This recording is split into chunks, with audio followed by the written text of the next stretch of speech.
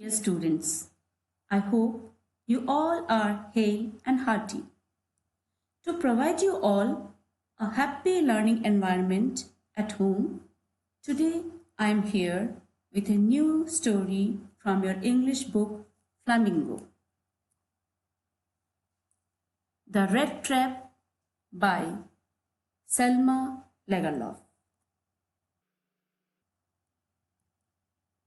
Now, let's know about the author, Selma Lagerlof.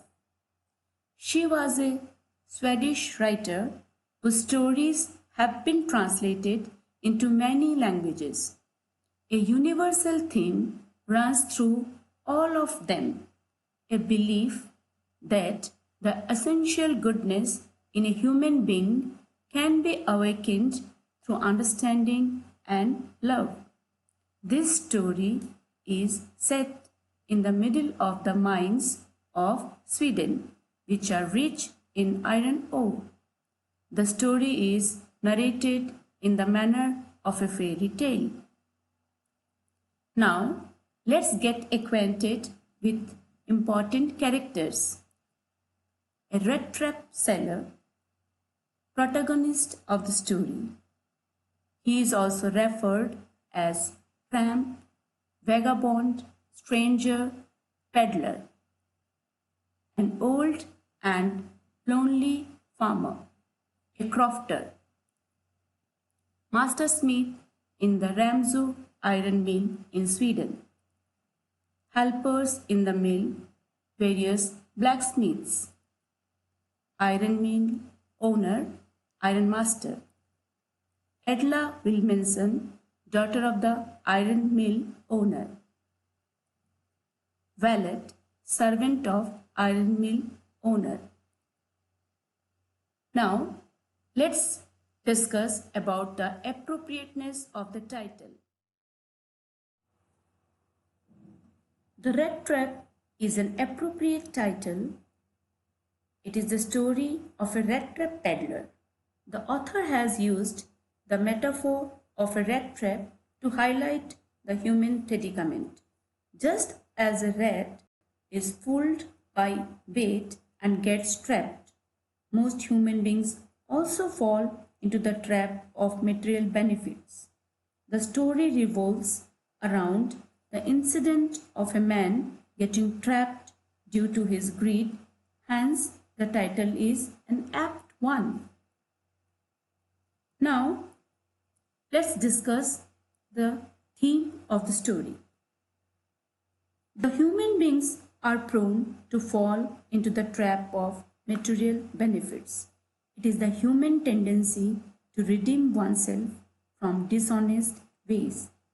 As the whole world is called a big red trap, which tempts the people towards its materialistic benefits and brings about their doom and never-ending predicament. It also highlights the themes like human loneliness, status, and treatment meted out to have-nots and callous attitude of society and government towards such people. One of the themes is that man is inherently good by nature. The society and environment make them bad. Human goodness and kindness can bring about the change in their attitude. Dear students, let us now move towards detailed explanation. Once, there was a man who used to sell small red traps made of wire. These red traps were made by him in his free time. He used to collect the material required by begging from stores or big farms. Still, his business was not earning him any profits. Therefore, he had to beg or steal in order to survive. His clothes were old and torn. His cheeks were lowered inside due to malnutrition, and one could easily see the hunger in his eyes. The life of the red trap seller was very sad and boring. He was homeless and slowly, with heavy feet, he walked along the road, lost in his own thoughts. But one day, he got lost in a series of thoughts which he found very interesting. The man was thinking about the rat trap, and suddenly a thought came to his mind that the whole world, which includes land, sea, cities, and villages, was similar to a rat trap. He thought that there was no meaning of the existence of this world. It was nothing but a temptation, just like cheese and pork, which we offer as bait to catch the rat. So, according to him, as soon as someone tries to comfort himself with joy, food, and shelter, he at once gets trapped into this rat trap which is known as world.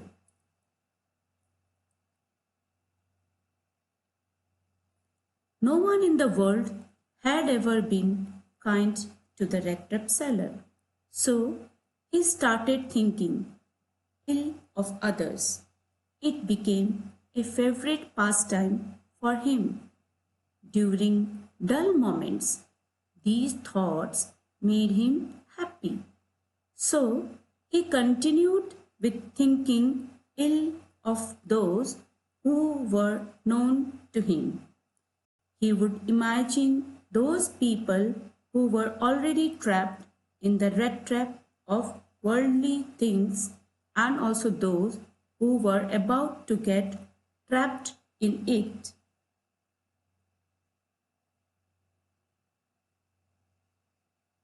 One evening, the Rattrap-Seller was walking very slowly.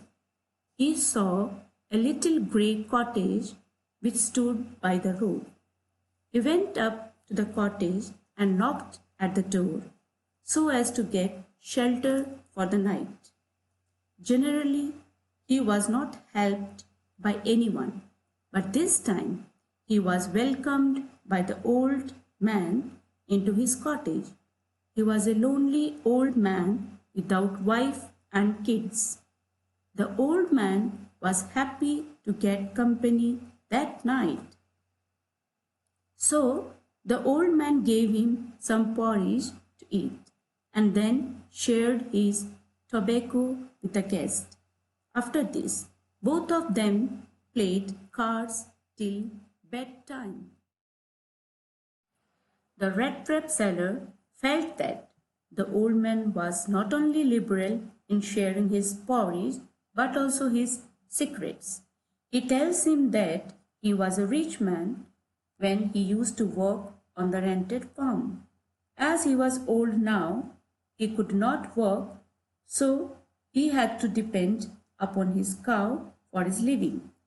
The cow gave enough milk every day to be sold in the factory that produced cheese and cream.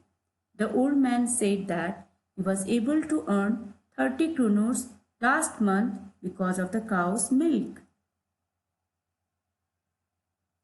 The Rattrap-Seller did not believe the old man's words that a cow could earn him so much.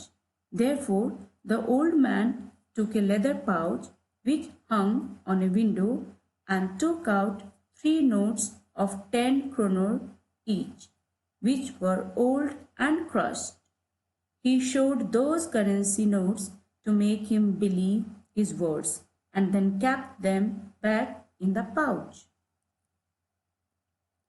Next morning, both the Rattrap-Seller and the crofter woke up early as the crofter was in a hurry to milk his cow. Even the Rattrap-Seller felt that as the owner of the house had awakened, so he should also leave the bed. They both came out of the cottage at the same time. The old man locked the door and went to his work. The Rattrap-Seller also thanked him and went his own way. About half an hour, The Rattrap-Seller returned to the cottage, and he broke down the window pane where the pouch hung. He took away the money, kept it in his pocket, put the pouch back at its place, and walked off. The peddler was quite happy, as he had money in his pocket. He then thought of walking through the forest, as it was unsafe to walk on the highway because he feared being caught. So, initially it was not difficult to walk through the forest, but later on it got confusing for him as he forgot his way. He tried hard to walk in the right direction, but in vain, as he found himself at the same place again and again. At this point of time, he started thinking that now he himself was caught in the trap of the world, just like other people. He was fooled by the bait of money, which he had stolen from the old man's house, the crofter. The forest seemed like a prison full of trunks and branches. It was like an impassable prison for him.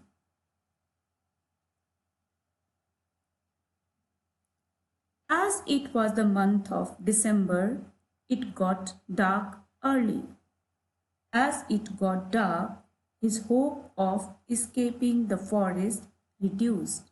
The danger to his life increased, and so did his feeling of being hopeless. There was no way left for him. So he sat on the ground and was so tired and terrified that he thought this was his last moment and soon he would die. As he laid his head on the ground, he heard a very strong, regular sound. It was a hard sound that was coming at the regular intervals. He soon realized that these sounds were the sounds of hammer strokes from an iron mill. He thought that he could find some people nearby. With this thought, he gathered some strength and started walking with great difficulty towards the direction of the sound. The Ramso Iron Works was a large plant which had shut down few years ago. It had smelter, rolling mill and a fall. In summers, long, flat, bottomed boats carrying the material would come down the canal which led to a large inland lake for supplying material to the mill, and in winters the roads turned black because of the coal dust that came along due to the transportation of the charcoal crates.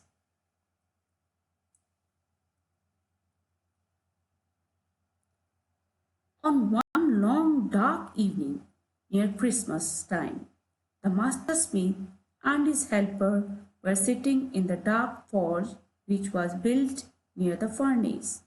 He was wearing a long shirt and a pair of wooden shoes. Both of them were waiting for the pig iron, which was put inside the furnace fire to be ready to put onto the anvil. They took turns to stir the liquid, which was very hot. As they could bear the heat for a few minutes, each of them would return sweating profusely. One could hear different types of sounds in the forge. There was a big bellow which was blowing air in the fire with great sound. Also, there was the sound of cracking coal. One could also hear the bang of the charcoal which was being shoveled by the fire boy. The sounds which were coming from outside the mill, these were of the waterfall, the high-speed north wind which hit the raindrops against the brick-tiled roof. It was due to these different types of sounds that the blacksmith did not realize that a man had opened the gate of the forge and had entered, till he came and stood near the furnace. Many homeless people used to get attracted to the lights of the forge, which peeked through the window panes, which were covered with the black powder of burnt coal. They would seek shelter there. They would warm themselves with the help of the burning fire. As the blacksmiths were accustomed to visitors, they were indifferent to the man. They just looked at him. The Rattrap-Seller's appearance was similar to that of other wanderers. He had a long beard, was dirty, wore old, worn-out clothes, and had a bunch of red traps hanging from his chest.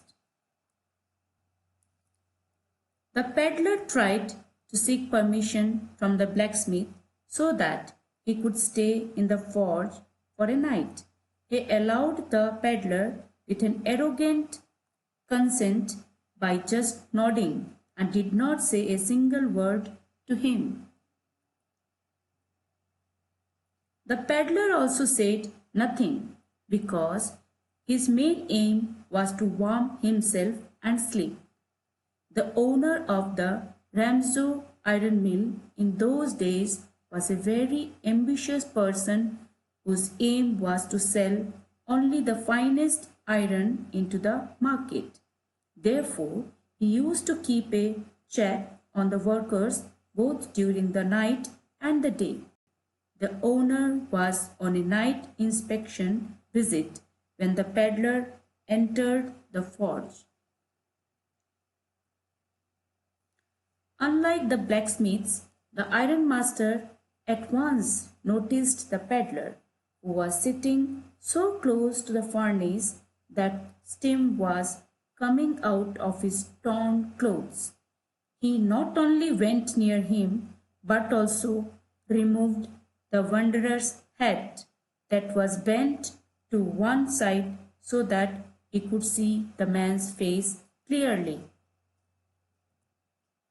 When the ironmaster took off the peddler's hat, he mistook him as an old acquaintance, Nilsoloff.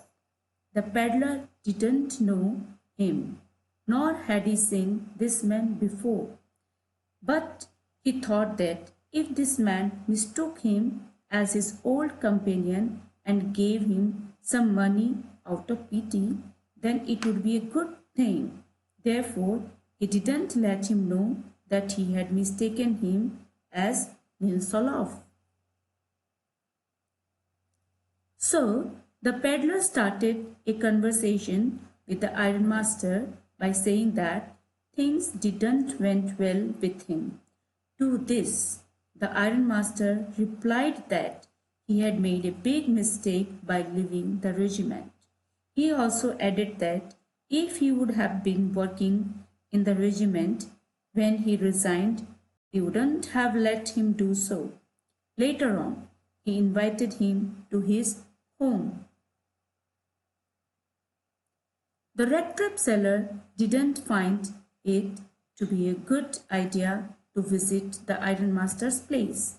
He was frightened with the idea of visiting to the large house of an old soldier, which according to him was not safe. After all, he had the stolen money with him. He didn't want to put himself in danger. His intentions were to sleep in the forge and then go away from there without even being noticed. The ironmaster was aware of his friend's miserable condition, so he tried to make him comfortable by saying that he should feel free to come his home as his home was an ordinary one. He told him that his wife was no more and added that he must be aware of this. Then he let him know that both his sons were settled abroad. Only he and his daughter were left at home. He invited him to celebrate Christmas with his family so that he and his daughter may have some good company at the Christmas feast. Though the ironmaster made many attempts to invite him, the peddler did not accept his invitation at all. So at last he says to the blacksmith, stern strong, that it seemed that Captain Von Stell wanted to stay with him in the forge. Then he laughed and went away, but the blacksmith knew that he was hiding something. After a gap of half an hour, the ironmaster sent his daughter. He hoped that his daughter may bring his friend home, as he believed that she was better in persuading others. The ironmaster's daughter entered the mill with her attendant, who was carrying a big fur coat. She was a humble girl who was very shy. When she entered, everyone was busy the same way as they had been earlier. The blacksmith was still sitting on the bench with his cronies and was working on the iron. She went up to the peddler and lifted his head. The peddler slept with one eye open, and as soon as he saw her, he got shocked and jumped up. She introduced herself as Edla Wilmenson and was sorry to hear about the hard times that he was facing. She explained to him that she had come to take him home with her father's permission. Edla had sympathy for the peddler, but then she noticed that the reason behind his fear could be that either he had committed robbery or jailbreak. So she said that he was free to leave their house at any time, but she wanted him to stay with the family just for Christmas Eve. Peddler was talking to Peddler in a very nice way, which made him believe her, and he got ready to go with her. The peddler wore the fur coat offered by the valet and started following the lady. He didn't even bother to notice the other people in the room. On the way to their house, the peddler felt that as he had committed a crime, he would be punished for it. He started cursing himself that if he had not stolen the money, he would not have got trapped like this. The money was a bait which he had let him into. The next day was Christmas Eve. Both the ironmaster and his daughter were at the dining table.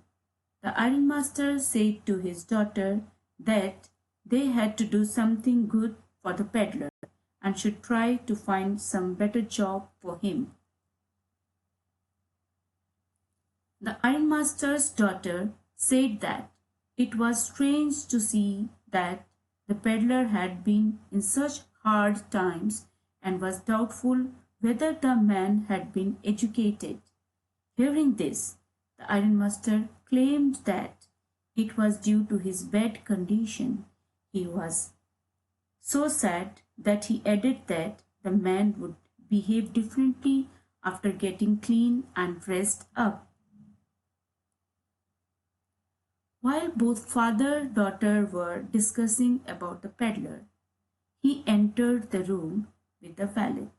He was looking clean as he had bathed, and his hair had been cut by the valet. He was wearing the ironmaster's clothes and shoes, a shirt with a starched collar and shoes which covered the entire feat. The ironmaster seemed very angry to see his well-groomed guest, as now he could make out his appearance well, and realized that he was not his comrade. He understood that he mistook some stranger as his old friend. He screamed at him and asked him to explain. The peddler knew that the ironmaster could make out that he was not his old friend. As he already knew this, he was ready for the consequences and felt that the luxurious treatment was about to end. The peddler tried to explain that he should not be blamed. He said that he was just begging for a stay in the forge. He also said that he had not harmed anyone and was ready to wear his rags again. To this, the ironmaster hesitated and said that the peddler had not been quite honest, and so he wanted to call the sheriff.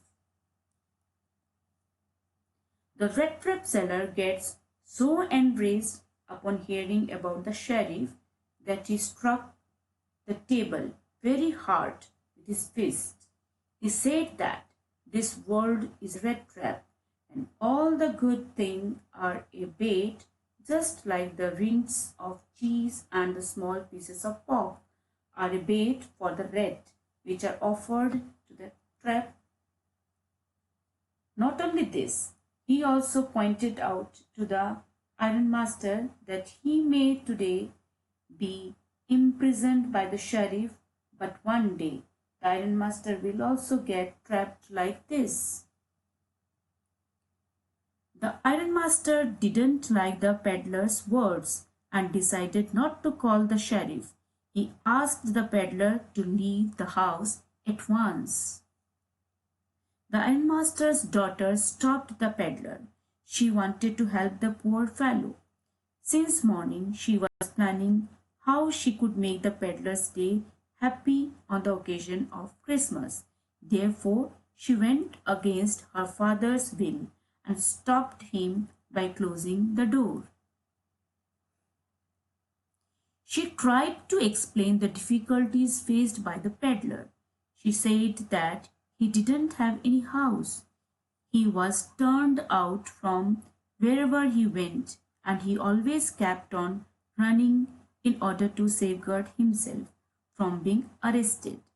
She said that she wanted him to enjoy Christmas with peace as they had promised him.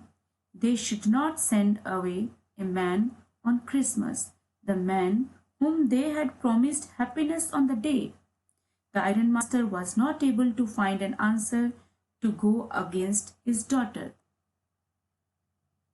The only thing he could say to his daughter was that she was trying good at convincing others, better than the priest at the church. But he also warned her that hopefully her decision would not bring any adverse effect on them. The girl took the peddler to the table and offered him food. She saw that her father had consented to her wish. The peddler didn't say any word and started eating, though he was doubtful about her intentions and was wondering why she stopped him. The peddler went to sleep after having food. He did not cause harm to anyone and lay down on the sofa in the guest house. He was once woken up in the afternoon, but after having his lunch, again went to sleep. It was like as if he had never got the chance to sleep so peacefully as he had got at this place. In the evening, the family woke him as they had to light up the Christmas tree. He stood there blinking as if he was getting hurt by the bright light of the candles. He again went to sleep. Finally, they called him again for the dinner of Christmas, fish, and porridge. After the dinner was over, the peddler thanked everyone present there.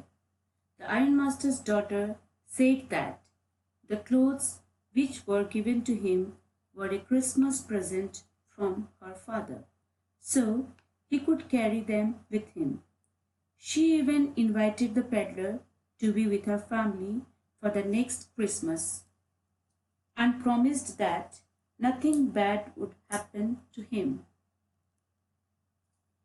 The peddler did not have an answer for this and stared at the girl with wonder. Next day, both ironmaster and his daughter went for the Christmas service early in the morning. They didn't disturb their guest as he was asleep. Both ironmaster and his daughter had come to know that a rat trap seller had stolen money from the old crofter. They realized that he was the same man whom they had over as a guest. The ironmaster said that it was his daughter who insisted to give shelter to a thief and was wondering that how many silver spoons had been stolen by him at his home. The ironmaster, on reaching home, inquired about the peddler from the valet. He also told him that he was a thief.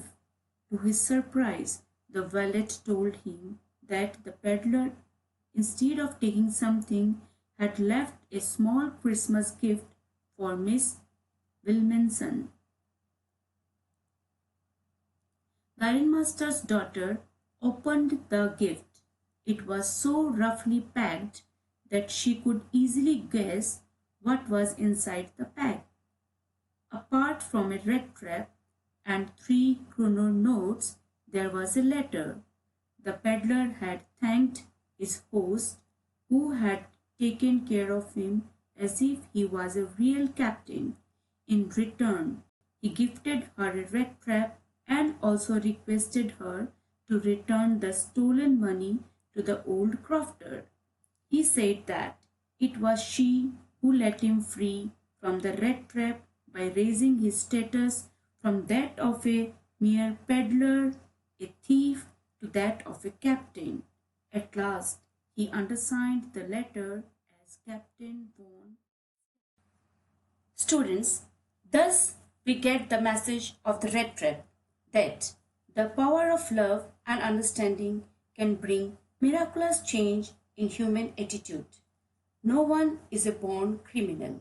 If given an opportunity with love and affection, one can redeem oneself. It has been well depicted by Selma Lagerlof in the story The Rat Trap that the essential goodness in a human being like Rat Trap peddler who stole money of the same who helped him can be awakened through love, understanding, kindness of compassionate people like Edla Williamson. Thank you. Have a happy learning.